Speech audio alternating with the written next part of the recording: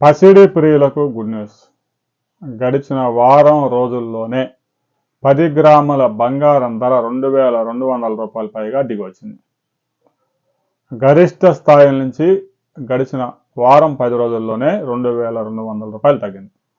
అంతర్జాతీయ మార్కెట్లో gold price పెద్దగా తగ్గకపోయినా దేశీయ మార్కెట్లో బంగారం ధరలు దిగివచ్చాయి. 10 గ్రాముల ప్యూర్ గోల్డ్ 87,770 రూపాయలు నడుస్తుంది. 1 గ్రాము ప్యూర్ గోల్డ్ 8,770.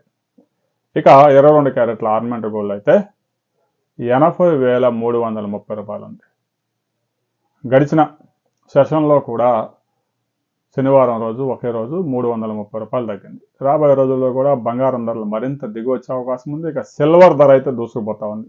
కేజీ వెండి 1,08,000 రూపాయలు దాటిపోయింది. ఈ ధరలు మరింత పెరిగే అవకాశం ఉందని ట్రేడ్ వర్గాలు చెప్తా ఉన్నాయి.